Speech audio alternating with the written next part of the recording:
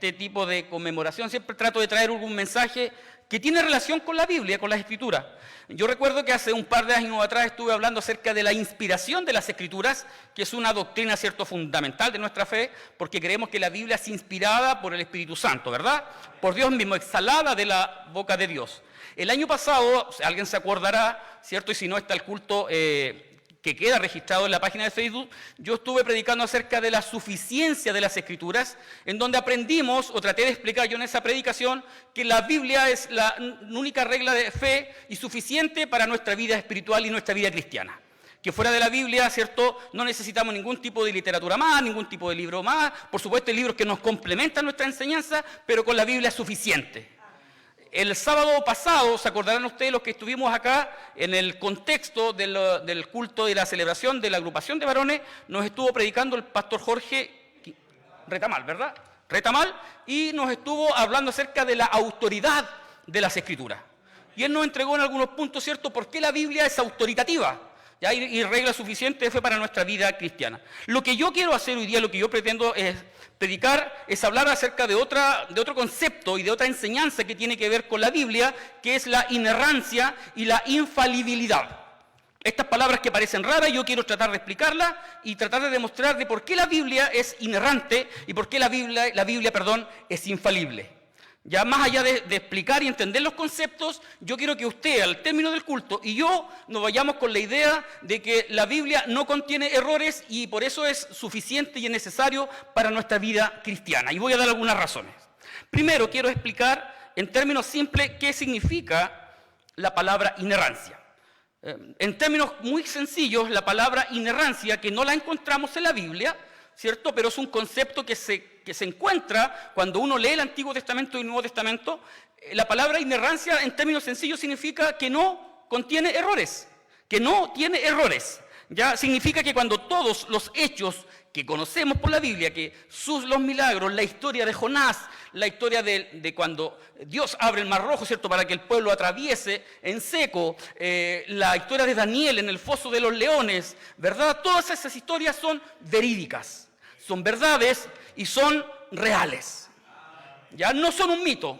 La inerrancia y la infalibilidad tuvieron que levantarse como un movimiento, ¿cierto?, que iba en defensa de nuestra doctrina y de nuestra Biblia.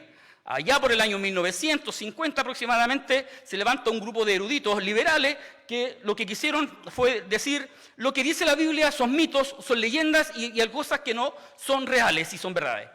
Y damos gracias al Señor y damos gracias a Dios porque la misma Biblia y la arqueología nos ha ayudado con los años a entender de que muchas de las historias que la Biblia cuenta han sido registradas por arqueólogos y por historiadores y que todo lo que allí está es verídico, es real y son hechos y eventos que sucedieron.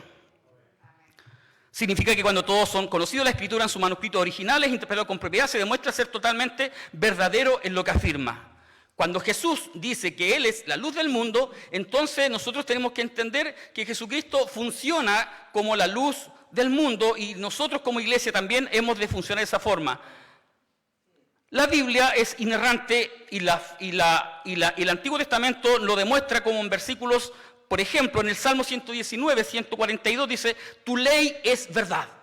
El salmista, ¿cierto?, dice allá que la ley de Jehová es verdad. Luego en el versículo 151 dice, tus mandamientos son verdad. En el versículo 160 dice, tu palabra es verdad. El proverbista en el capítulo 30, entre versículos 5 y 6 dice, donde cada palabra de Dios aprobado entonces es verdad. Y en el Nuevo Testamento, en la epístola de Juan, en el Evangelio de Juan, en el capítulo 17, versículo 17, hablando en el contexto de la santificación de los creyentes, Jesucristo dice, santifícalos en tu palabra es verdad. Por lo tanto, partimos desde un principio básico, que la Biblia es la verdad absoluta de Dios. No contiene errores en cuanto a doctrina, en cuanto a enseñanza, en cuanto a sus historias. Todo lo que está registrado allí sucedió tal como lo contaron los escritores bíblicos. Y el segundo concepto que yo quiero explicar en esta noche es la palabra infalible o esta idea de la infalibilidad.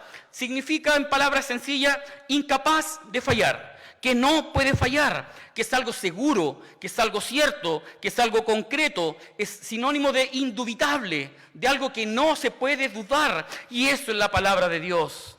Es algo que nunca se equivoca, es algo totalmente confiable, la palabra de Dios. Cuando lo aplicamos a la Escritura, entonces estos dos conceptos, lo que estamos diciendo es que Dios ha mantenido libre de errores y de falla alguna la palabra del Señor. Su palabra no nos conduce al error, muy por el contrario, nos saca del error y nos lleva, ¿cierto?, a la verdad, que es en Cristo Jesús. Dicho de forma más sencilla, querida iglesia, la Biblia nunca falla, nunca se equivoca. ¿Y por qué nunca se equivoca? ¿Por qué nunca falla? Porque nace de un Dios que es perfecto, de un Dios que nunca falla, de un Dios que nunca miente, de un Dios que es santo, de un Dios que es perfecto, que es intachable, por eso que no falla. Pero fíjese que en el pasaje que acabamos de leer, ¿cierto?, de 2 de Pedro, capítulo 1, versículo 19, el apóstol Pedro nos va a decir que tenemos la palabra profética más segura. Y si usted lee los versículos anteriores, ¿cierto?, desde el versículo 16 en adelante, él nos relata un evento que él vio, ¿cierto?, porque fue un testigo ocular de la vida de Jesús. El apóstol Pedro fue un discípulo del Señor, y él nos cuenta algo maravilloso allí que él vio, ¿cierto?, que tiene que ver con la transfiguración en el monte alto. Ya él dice que ya vio a Jesús transfigurado, y esa voz del cielo, ¿cierto?, que decía: este es mi hijo amado en el cual tengo complacencia. Pero fíjese que el apóstol Pedro no se queda conforme con eso, porque él puede haber dicho: esa experiencia para mí era maravillosa y con eso yo me alcanzo para lo que quiero de la vida espiritual. Pero él nos dice luego en el versículo 18: y nosotros oímos esta voz enviada del cielo cuando estábamos con él en el Monte Santo. Y aquí viene la palabra que vamos a explicar en esta noche. Tenemos también la palabra profética más segura. No se quedó solamente con la experiencia de haber visto a Jesús transfigurado en el Monte Santo, como él dice, ¿cierto? Sino que él dice algo que a mí me llama poderosamente la atención, y yo creo que a usted también. Él dice: tenemos la palabra profética más segura. Fíjese que él no dice tenemos una palabra, tenemos alguna palabra, tenemos entre otras palabras. Él dice tenemos la palabra profética, que nace, ¿cierto?, de la voz de Dios por medio de su Hijo Jesucristo. Tenemos la palabra profética más segura. Y eso es lo que hoy día nos hace a nosotros saber de que todo lo que aquí dice es seguro. Y fíjese, lo segundo que me llama la atención es que él no dice tenemos la palabra profética segura. Él dice tenemos la palabra profética más segura. Y le añade, ¿cierto?, esta palabra más, este adverbio, ¿cierto?, de algo que si es seguro es una cosa, entonces dice tenemos algo más seguro todavía. Y eso es lo que tenemos en la palabra del Señor, queridos hermanos. Tenemos la palabra profética más segura. Y fíjese que el apóstol Pedro, cuando escribe esto, no se lo dice a una iglesia que está reunida así como estamos nosotros aquí. Se lo dice a una iglesia que estaba viviendo persecución. Una iglesia que estaba viviendo bajo la persecución del Imperio Romano. Fíjese que cuando comienza hablándole el apóstol Pedro, dice: Simón Pedro, siervo y apóstol de Jesucristo, a los que habéis alcanzado la justicia de nuestro Dios y Salvador Jesucristo, una fe igualmente preciosa que la nuestra, gracia y paz os sean multiplicados en el conocimiento de Dios y de nuestro Señor, como todas las cosas que pertenecen a la vida, piedad y al conocimiento. Esta idea, ¿cierto?, de Pedro en su escrito inicial nos da la certeza de que él estaba escribiendo a una iglesia que estaba en persecución. Por lo tanto, lo que quiere hacer el apóstol Pedro y lo que hoy día nos quiere decir a nosotros, hermanos, afirmar nuestra fe. Ellos estaban recibiendo información de muchos lados, estaban recibiendo falsas doctrinas, falsas ideologías, estaban recibiendo falsas palabras, pero Pedro le dice: ¿sabe qué? Lo que tenemos en la Escritura es la palabra profética más segura. La palabra profética más segura, porque dice que la profecía nunca fue traída por voluntad humana. Si bien es cierto, la escribieron aproximadamente 40 autores, ¿cierto?, humanos, el escritor principal de la palabra de Dios es el Espíritu Santo.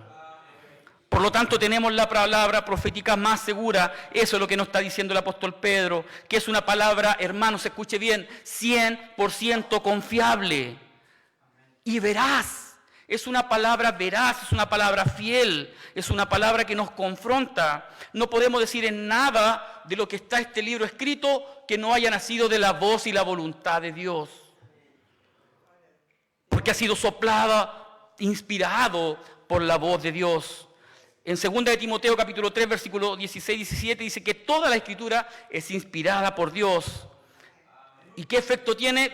Nos sirve enteramente para que el obrero cierto sea preparado para toda buena obra. Yo siempre lo digo, hermanos, y aquí no se trata de llenarnos de conocimiento, no se trata de llenarnos de información, se trata de conocer la voluntad de Dios en las Escrituras para hacer de mejor forma su voluntad y conocer al Dios de la Biblia. Conocer a este Dios infalible, a este Dios que no falla, este Dios cierto que nos trae el esplendor de su gloria en medio de la palabra del Señor. Nos asegura que es infalible porque Dios es infalible. Dios no puede fallar, Dios no puede errar, Dios no puede mentir. Por lo tanto, tenemos la palabra profética más segura, queridos hermanos. Y esto nos sirve para nuestro servicio cristiano, es para nuestra guía espiritual, para sacarnos del error. Porque fue escrita por un Dios perfecto, que busca en sus hijos la perfección, un Dios sin errores, hermoso en todo su esplendor, y en toda su gloria. Si Dios es infalible, entonces su palabra también lo es. Su palabra no tiene error, no contiene error. Estas doctrinas de la inerrancia y de la infalibilidad están basadas, escuche bien, queridos hermanos, en el entendimiento de la perfección de la santidad de Dios. Dios es santo y exige la santidad de su iglesia. Y se deja la santidad de Dios, la vemos desde el Génesis hasta el Apocalipsis. La palabra de Dios es perfecta, dice el salmista en el Salmo 19, versículo 7, que convierte el alma. Porque nace de un Dios perfecto. Dios está estrechamente relacionado, asociado su palabra a lo que Jesús enseñó. Y lo que en Jesús enseñó también es vida, también es verdad. Acuérdense que Jesús dijo que Él era el camino, que Él era la verdad y que Él era la vida. Jesús dijo, yo no soy una verdad más, yo soy la verdad. Y es la única verdad a la que seguimos en esta hora. Entonces, ¿de qué nos sirve, hermanos, saber todo esto? ¿De qué nos sirve? ¿Cómo aplicamos a nuestra vida espiritual, a nuestra vida cotidiana, saber que tenemos una palabra infalible, que tenemos la palabra profética más segura? Nos sirve porque así sabemos que es la única fuente objetiva de todo lo que Dios nos ha dado. ¿Quiere saber lo que Dios quiere para usted? Vaya a las Escrituras. ¿Quiere saber cuál es el propósito de su existencia y para dónde un día Dios lo va a llevar? Ha sido revelada en su santa palabra y es una palabra perfectamente confiable. La Biblia, al ser la palabra profética más segura, entonces nos da la posibilidad de conocer a Dios de la mejor forma y de la mejor manera. En la Biblia encontramos una palabra inerrante, una palabra autoritativa, una palabra inspirada, una palabra confiable y suficiente para proveer todas nuestras necesidades en nuestra vida espiritual. Y ahora bien, ¿de qué nos sirve saber todo esto?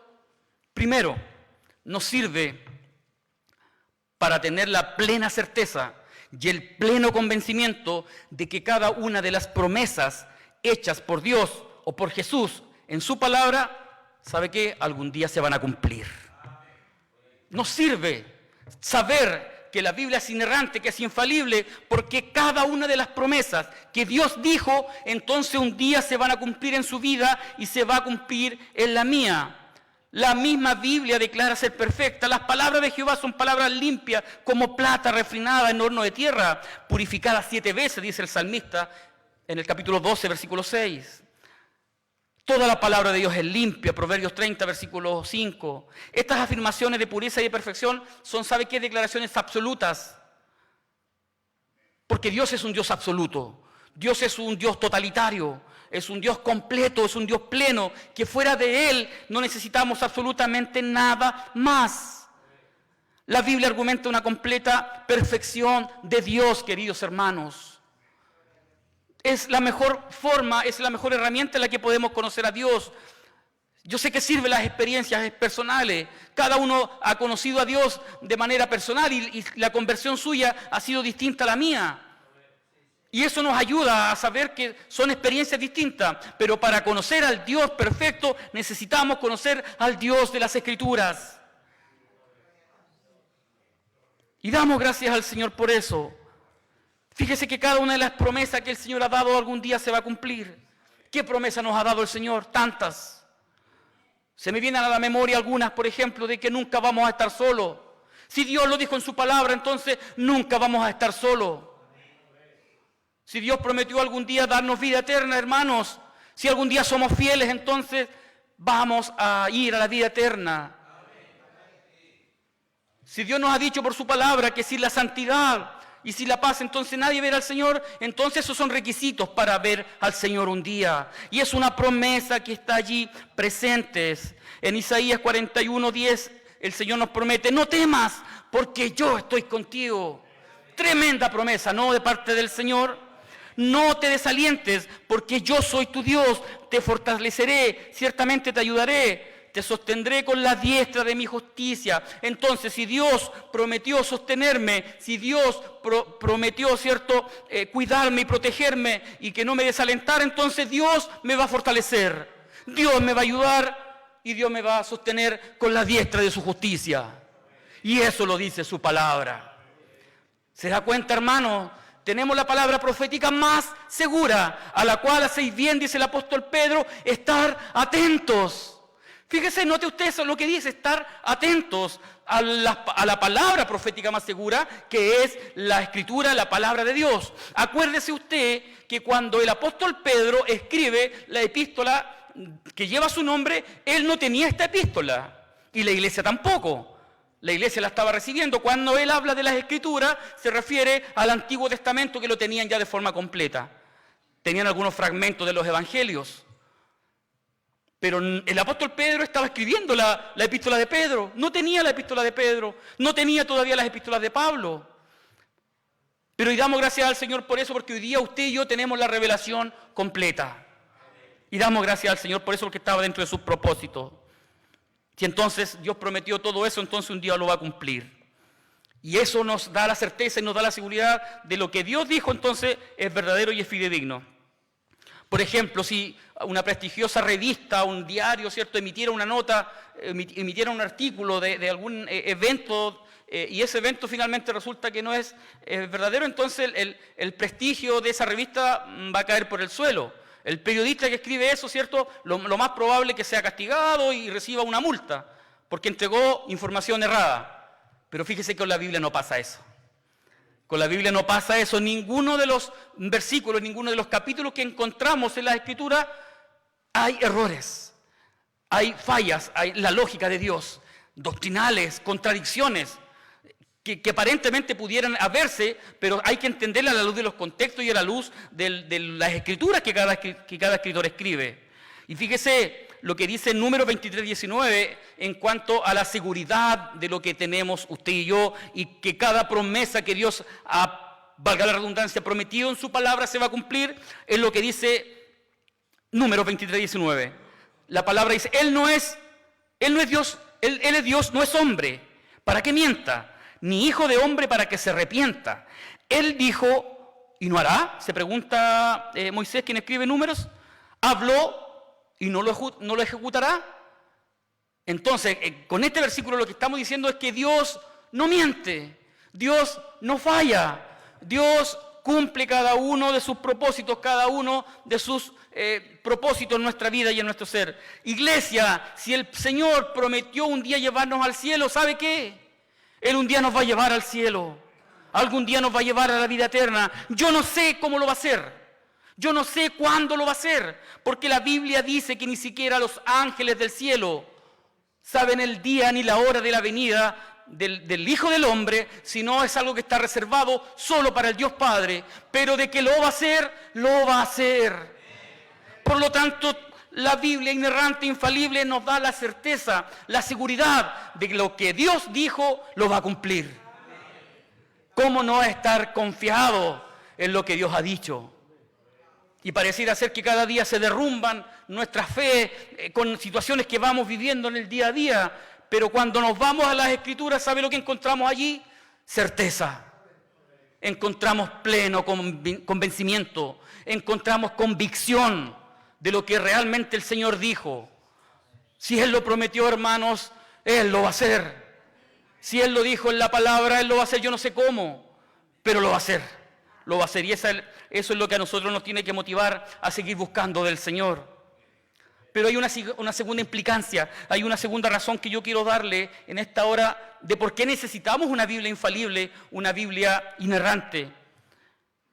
Porque con una Biblia inefable, una Biblia inerrante, ¿cierto?, es nuestra única regla moral para nuestra vida espiritual cristiana.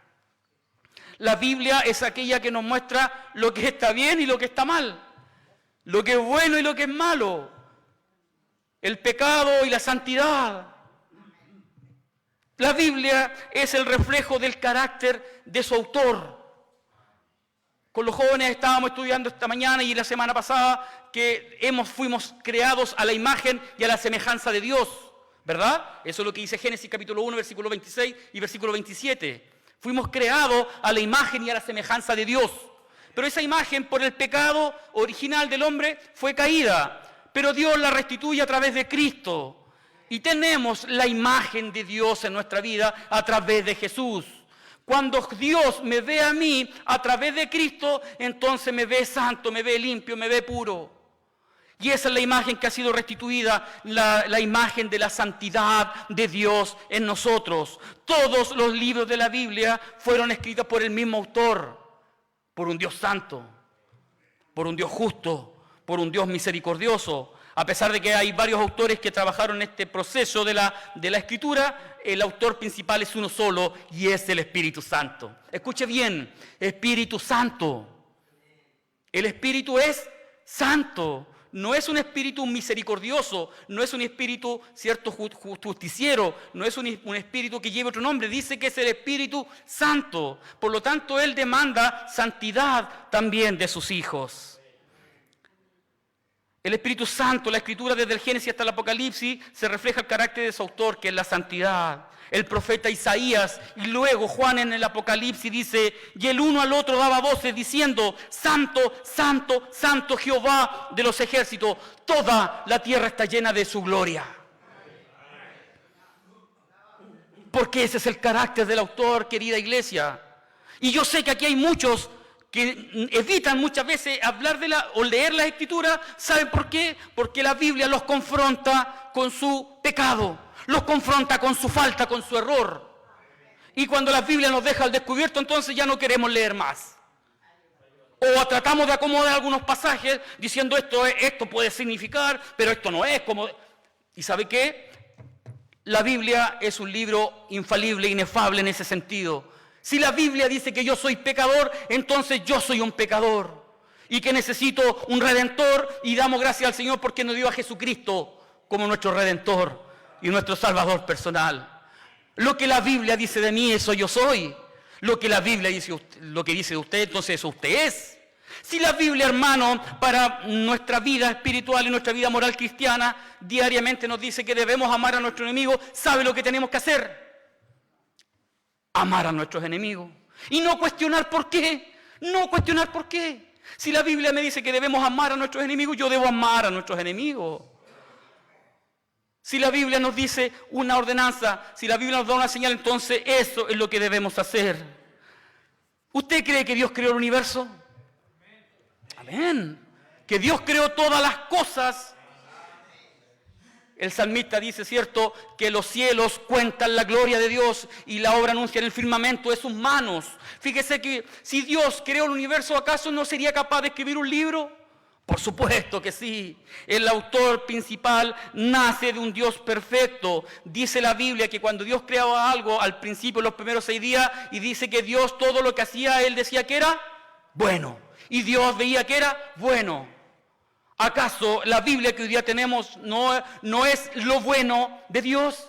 ¿No es la bondad de Dios? ¿No es la misericordia de Dios? ¿No es la justicia de Dios? ¿No es el perdón de Dios? Pero también es la santidad de Dios. Y ahí sí que nos cuesta muchas veces entrar. ¿Contiene la Biblia algún error? Por supuesto que no, porque fue escrita por un Dios que no puede cometer errores, que nace de un Dios completamente santo, un Dios completamente omnisciente, omnipotente. Si la Biblia contuviera algún error, alguna falla en su lógica doctrinal, entonces Dios ya no sería santo, Dios ya no sería omnipotente. Pero cuando Dios demuestra toda su omnipotencia, entonces lo que estamos diciendo allí, damos gracias al Señor porque todo lo que allí contiene nos sirve para nuestra vida espiritual cristiana, diaria, y cada día nos venimos a nutrir por eso. Si Dios no sería santo, no sería omnipotente, entonces sería un Dios mentiroso. Sería un Dios que mintiera y que allí nos estaría contando algo que no es. Y damos gracias al Señor porque creemos que todo lo que allí es verdad porque fue escrito por un Dios perfecto. La Biblia nos juzga, no nosotros a ella. Eso es interesante, ¿eh? ¿Se ha dado cuenta que a veces nos ponemos nosotros a juzgar la palabra? Este versículo no es para mí. Este versículo es para el hermano al lado, decimos. ¿Ya? Amén, decimos como que el versículo no es para mí. Pero nosotros no somos quien para juzgar lo que la Biblia dice. Es ella la que nos juzga a nosotros, porque dice el escritor a los hebreos que la palabra de Dios es viva y eficaz, y más cortante que toda espada de dos filos, penetra hasta partir el alma y el espíritu, las coyunturas y los tuétanos, y escuche bien, ¿qué es lo que hace la palabra? Y discierne los pensamientos y las intenciones del corazón. Y por eso que muchas veces no nos queremos enfrentar al estudio de la Biblia, de las Escrituras, porque muchas veces la palabra nos confronta con nuestra realidad, con lo que nosotros somos, porque discierne los pensamientos y las intenciones del corazón. Fíjese lo que la palabra hace, nos está juzgando, nos está examinando. En estos momentos Dios lo hace a través de este mensaje, está juzgando nuestros corazones, la intención de nuestra vida y de nuestra mentalidad y de lo que estamos pensando. No tratemos de acomodar la palabra a nuestra realidad y a lo que nosotros creemos que está bien. La palabra es una línea y debe ser trazada, ¿cierto?, de buena forma y de buena manera, porque de esa manera, ¿cierto?, los siervos del Señor algún día van a ser juzgados. Procura con diligencia, ¿cierto?, presentarte a Dios aprobado como obrero que traza bien la palabra de verdad. En otras versiones dice que interpreta la palabra correctamente. No lo que yo quiero escuchar. Porque eso nos pasa muchas veces, ¿o no, queridos hermanos? A veces queremos recibir lo que yo quiero escuchar, porque eso es lo que me conviene. Pero cuando la palabra nos confronta, entonces no, ese mensaje, como dijeron algunos discípulos, sabe que tu palabra es muy dura, es una palabra muy dura. Y se levanta, ¿cierto? Este Pedro dice, solo tú tienes palabra de vida eterna, Señor. Y los discípulos estaban recibiendo la palabra y algunos no quisieron seguir al Señor porque las palabras del Señor eran fuertes. Dura cosas, dices tú, tus palabras son duras, son fuertes. Y Pedro, ¿cierto? Uno de los discípulos se levanta y dice, ¿cierto? Que solo tú tienes palabra de vida eterna. Nos convertiríamos entonces en examinadores y no en lo examinado. Es la palabra la que nos examina a nosotros, no nosotros a la palabra. Ya no, la palabra nosotros la interpretamos. Eso es otro ejercicio que tenemos que hacer. Pero la palabra entonces es la voz de Dios la que nos juzga, la que discierne nuestros pensamientos y las intenciones de nuestro corazón. Romanos capítulo 9, versículo 20, el apóstol Pablo dice, ¿quién eres tú? Le dice a la iglesia, para que alterques con Dios.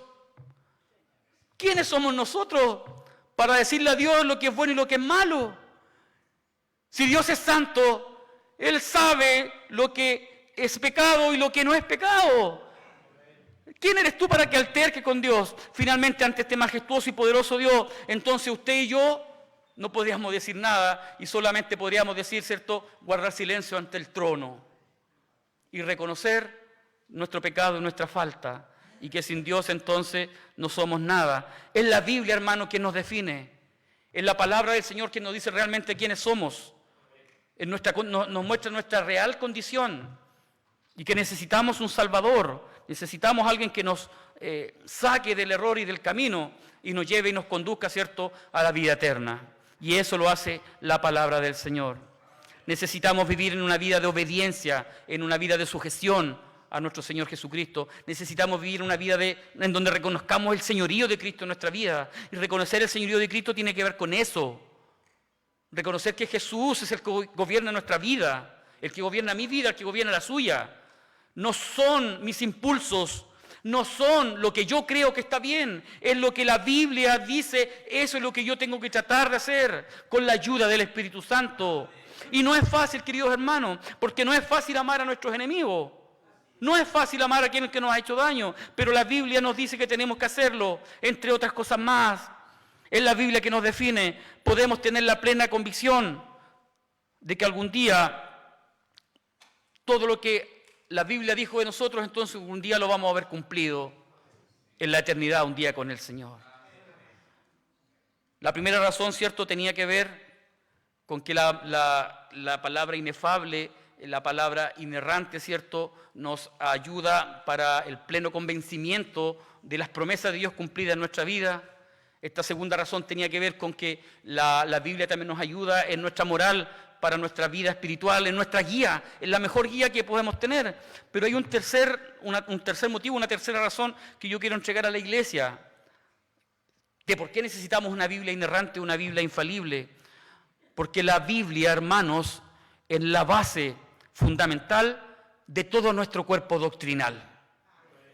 Todo lo que usted cree, todo lo que yo creo, tiene que estar reflejado en las Escrituras. Tiene que estar reflejado en la Biblia. La iglesia del Señor, desde su nacimiento en Pentecostés, aunque algunos estudiosos dicen que la Biblia nace con Jesucristo en la declaración apostólica de Pedro, ¿cierto? Cuando le dice que tú eres Cristo, el Hijo del Dios viviente, y el Señor le dice, bienaventurado eres Simón, hijo de Jonás, porque lo que tú has declarado, ¿cierto?, no te lo reveló carne ni sangre, sino mi Padre celestial que está en los cielos. Y yo te digo ahora que tú eres Pedro, ¿cierto? Y le cambia el nombre ahí, ¿verdad? Los estudiosos dicen que desde esa declaración, entonces lo que está sentando allí son las bases de la fundación de la iglesia, de lo que usted y yo hoy día somos y lo que hoy día estamos reunidos. Aunque el nacimiento, ¿cierto?, de la iglesia surge en una forma más visible en Pentecostés, con el derramamiento del Espíritu Santo a través de una promesa hecha por Dios, justamente cumplida, en una promesa de Joel cumplida en ese momento, aunque todos los que estamos acá necesitamos y cada día esperamos un nuevo Pentecostés en nuestras vidas, un nuevo mover del Espíritu Santo en nuestras vidas y en nuestros corazones. Y nace, ¿cierto?, la iglesia del Señor, y desde su nacimiento la iglesia tiene un cuerpo doctrinal. Hay una declaración apostólica, cierto documento de la época que se conoce como el credo de los apóstoles, en donde se llama credo porque comienza con cada frase con el yo creo, yo creo, yo creo, yo creo. Nosotros creemos en algo que es real. Creemos en un Dios que a pesar de que no vemos, sabemos que existe. Porque lo sentimos, evidenciamos su amor, evidenciamos su existencia. Cada día, en cada cosa que usted vive, sabe que Dios existe, sabe que Dios es real. Y nuestra declaración de fe es que creemos en la existencia de Dios. En tres personas, por supuesto, ¿cierto? En el Padre, en el Hijo y en el Espíritu Santo. Creemos en la existencia de Jesucristo como nuestro Señor Salvador personal. Creemos en la resurrección del Señor. Creemos en la inspiración de las Escrituras. Creemos en la inerrancia de la palabra de Dios. Creemos en la resurrección de los muertos, que algún día también usted y yo vamos a resucitar en la gloria postrera. Creemos en la manifestación de Cristo como el Hijo unigénito de Dios. Creemos en la vida eterna, ¿o no?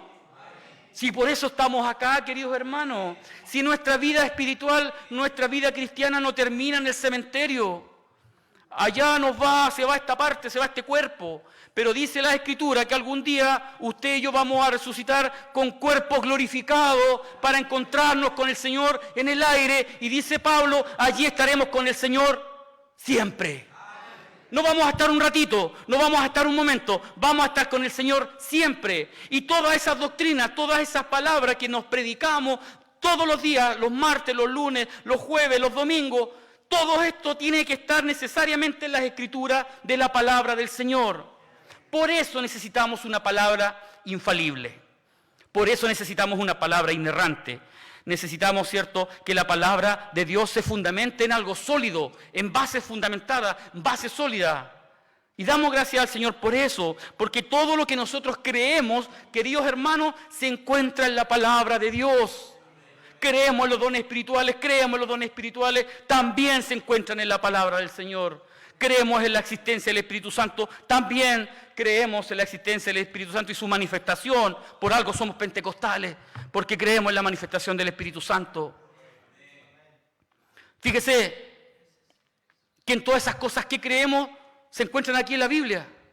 Yo le decía a los jóvenes en la mañana que la Biblia no está ordenada por tema, no está ordenada de forma temática. Por eso uno tiene que estudiarla de forma temática. Ya tiene que estudiarla por tema, la salvación, el pecado, el hombre, ¿cierto? La resurrección. Todos los temas que aparecen en la Biblia se estudian de forma ordenada, porque todos aparecen, algunos en el Antiguo y otros en el Nuevo. Pero no es una mezcla de doctrina la que nos da a nosotros la libertad para elegir. Por eso tantas sectas, tantas iglesias que creen una cosa y que otra, ya en cuanto a la fe, en cuanto a la doctrina, deberíamos estar todos de acuerdo. Ahora vienen prácticas, en lo que se conoce como la práctica, ahí tenemos algunas diferencias. Ya no es una mezcla de doctrina sobre lo que tengamos libertad de elegir. La Biblia nos restringe y es nuestro marco regulatorio doctrinal. Si nosotros creemos en la existencia del cielo, no es porque alguien de allá del otro lado nos vino a decir que el cielo existe. La Biblia lo dice. Si alguien fue al infierno, qué bien, bonita experiencia, pero la Biblia lo dijo primero. Fíjese que el Papa Juan Pablo II en el año 1980 aproximadamente se mandó una tremenda declaración. Dijo a sus feligreses que el infierno existía. Jesucristo lo dijo hace 2000 años atrás. La existencia del infierno. Todas nuestras doctrinas están acá y nosotros no podemos elegir seguir algunas de las que me convienen y otras no. Nuestro cuerpo doctrinal lo tenemos regulado. A mucha gente le gusta escuchar que Dios los ama, que le toquen el hombro, ¿cierto?, acá atrás, que todo va a estar bien, que necesitas a un Dios amoroso. Pero cuando los confrontan con su pecado, cuando los confrontan con su falta, cuando los confrontan con su error, entonces no, hasta aquí nomás llegamos. Debemos leer toda la Biblia, porque toda la Biblia nos sirve a nosotros, porque toda la Escritura es inspirada por Dios, ¿cierto? Pero le disgusta algunos versículos que dice que Dios algún día va a juzgar a los pecadores, porque Dios va a juzgar a los pecadores. Pecadores, no pescadores. Si hay algún pescador aquí, que me perdone, es pecador, a los pecadores. Mi hermano, Dios va a juzgar a los pecadores. Si la Biblia dice que ni los mentirosos, ni los hechiceros, ¿cierto?, ni los afeminados, ni los homosexuales, ni todos, ¿cierto?, van a estar afuera un día de la vida eterna, entonces todos ellos se van a quedar. Si la Biblia lo dice, entonces así va a ser. Es la Biblia la que juzga a los pecadores. No podemos recibir cierta parte de nuestra enseñanza y otra no. Debemos recibir la doctrina completa. No podemos elegir esto me sirve y esto no. A todos nos gustaría escuchar solamente las cosas buenas, pero también la Biblia nos tiene que confrontar con nuestra falta y con nuestros errores. Dios ha dicho lo que ha dicho y la Biblia nos representa un cuadro completo de lo que es Dios. Porque dice el salmista en el capítulo 119, para siempre, oh Jehová, tu palabra permanece en los cielos. Y Jesucristo seguramente estaba pensando en esto cuando dijo, el cielo y la tierra pasará, mas mi palabra, dice, no pasará. Y cada una de las palabras de Jesús, hermanos, ¿sabe qué? No van a pasar. Jesucristo dijo, ni una tilde, ni una coma será quitado de lo que fue escrito en la palabra de Dios. ¿Es la Biblia nuestra única norma para la fe y la práctica? Claro que debe ser nuestro cuerpo doctrinal. ¿En qué basamos nuestras creencias? Debe ser en la palabra del Señor. Las experiencias nos ayudan, por supuesto, y cada uno tiene una experiencia que contar, pero eso no nos va a salvar. Lo que nos va a salvar va a ser Jesucristo a través de lo que creemos que es su existencia y que es el unigénito Hijo de Dios y que ha muerto, ¿cierto?, por su pecado y por mi pecado. Nada de lo que hemos presentado aquí debe ser tomado como un rechazo al estudio verdadero, muy por el contrario. Saber que la Biblia es inerrante, saber que la Biblia es infalible, entonces nos debe abrir nuestras mentes a conocer al Señor de mejor manera. Somos exhortados a estudiar la palabra de Dios, queridos hermanos. Segunda de Timoteo capítulo 2, versículo 15. Y fíjese que en Hechos capítulo 17, versículo 11, dice que aquellos que la escudriñan, que escudriñan la palabra, dice, son elogiados. Hermoso, bello. Debemos ser como los hermanos de Berea. ¿Se acuerdan ustedes el episodio de los hermanos de Berea? Cuando le fueron a confrontar al apóstol Pablo y tenían algunas dudas, entonces ellos fueron con mucho respeto, con mucho amor también a Pablo a preguntar acerca si las cosas que ellos estaban recibiendo, eran verdad como enseñanza o eran mentiras. De esa forma debemos enfrentarnos a las Escrituras. Preguntar al Señor, ¿qué me quieres decir a mí en esta mañana, en este día, en esta hora, cuando leamos la Biblia, cuando hablemos con el Señor? Nuestra meta es algún día estar con Dios, conocer al Señor. Y para eso necesitamos vivir una vida de santidad, sin la cual dice nadie verá al Señor. Por lo tanto, la Biblia es aquella que nos exhorta a vivir de esa manera y de esa forma. Hermanos, no siempre vamos a saber todo de la Biblia, vamos a entender todas las Escrituras. Si hay alguien que en esta sala que osa decir yo sé todo y no necesito nada más, entonces yo le digo, ¿qué está haciendo aquí? ¿Por qué no está en el cielo?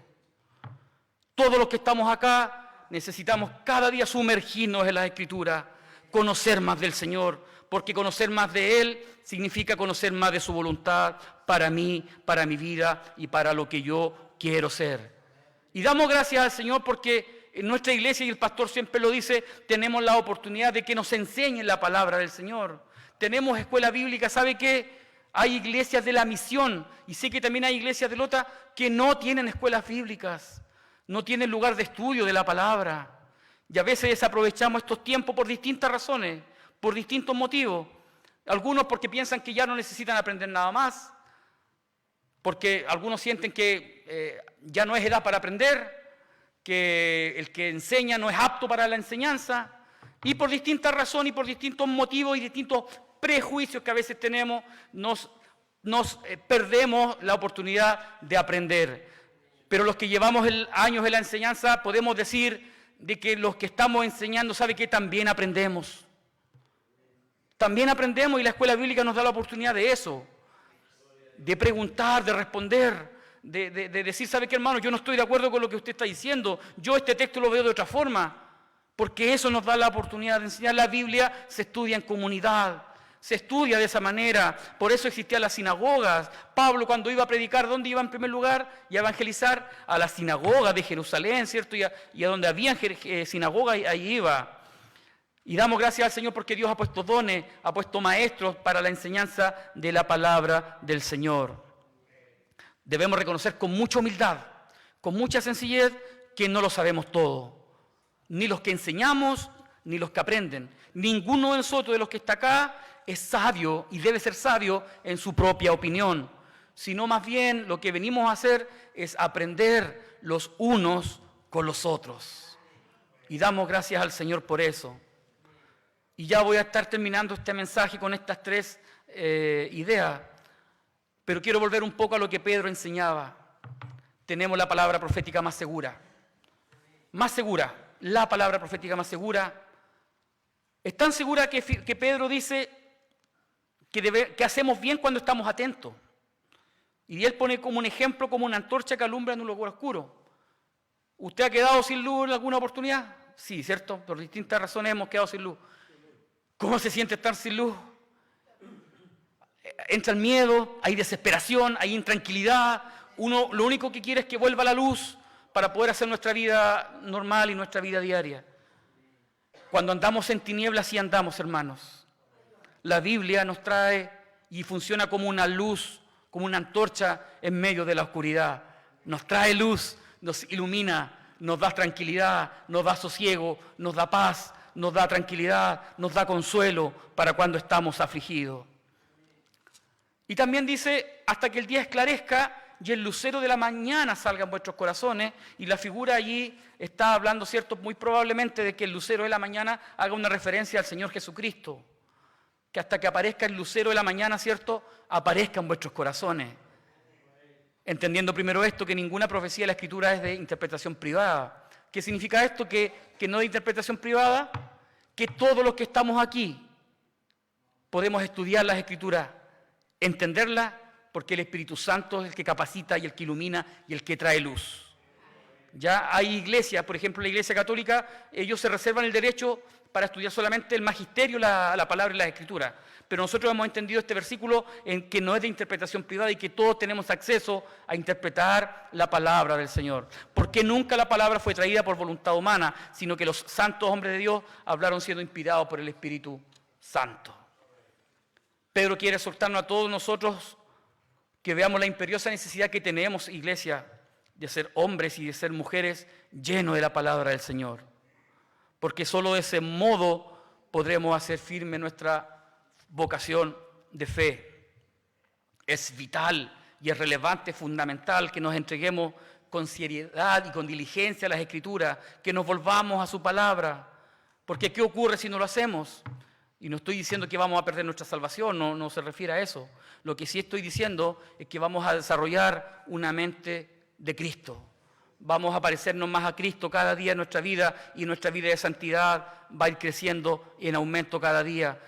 La vida cada día, la sociedad en la que estamos enfrentando nos va mostrando ideologías y pensamientos que nos van haciendo a veces dudar de lo que realmente creemos y de lo que realmente pensamos. A nuestros hijos, a nuestras hijas en los colegios le están enseñando temas que tienen que ver con la diversidad y con el libre amor, y eso ya se está viendo como normal en muchas instituciones, incluso en nuestro país. Pero la Iglesia tiene que sacar la voz firme ante estos temas y decir que esas cosas no están bien. Por eso necesitamos prepararnos para dar argumentos contra todo aquel que se levante contra el conocimiento de Cristo. Necesitamos saber y entender que todo lo que aquí tenemos es para conocer a Dios de mejor manera. Necesitamos tener una perspectiva de lo que Dios es en nuestras vidas y en nuestros corazones. Una amplia y generosa entrada en el reino eterno de nuestro Señor y de nuestro Salvador Jesucristo. Es nuestro deseo y es el deseo de la escuela dominical, los que enseñamos, que tomemos la decisión correcta. Que sigamos estudiando la palabra, los que lo hacen en sus casas. Yo sé que hay muchos que aquí lo hacen, pero venga a compartir a veces también sus conocimientos. No seamos autodidactas. Autodidacta es una persona que aprende solo y que no le enseña a nadie. Acá tenemos la puerta abierta para que todos aprendamos en comunidad y como iglesia. Y quiero concluir con las palabras de un hermoso himno que después me gustaría que cantásemos, que tiene que ver justamente con la Biblia y que expresa de alguna forma los pensamientos que yo he expresado en esta predicación. Santa Biblia para mí, eres un tesoro aquí. Escuche bien, y lo cantamos. Tú contienes con verdad la divina voluntad. Tú, la palabra, me dice lo que soy, de quien vine y a quien voy. Y me salté a la tercera estrofa que dice, eres infalible voz. ¿Quiere escuchar la voz de Dios usted? Entonces lea la Biblia en voz alta. Eso un día se lo escuché a un predicador y me llamó mucho la atención. ¿Quiere escuchar la voz de Dios? Lea la Biblia en voz alta. Y se va a dar cuenta que va a escuchar la infalible y la inefable voz de Dios. Eres infalible voz de Dios, del Espíritu de Dios, que vigor al alma da, cuando en aflicción mi alma está. Tú me enseñas a triunfar de la muerte y del pecar. Santa Biblia para mí, eres un tesoro aquí. Y damos gracias al Señor por su palabra. Y le quiero pedir al coro si después podemos cantar ese himno. Vamos a orar por su palabra en esta hora.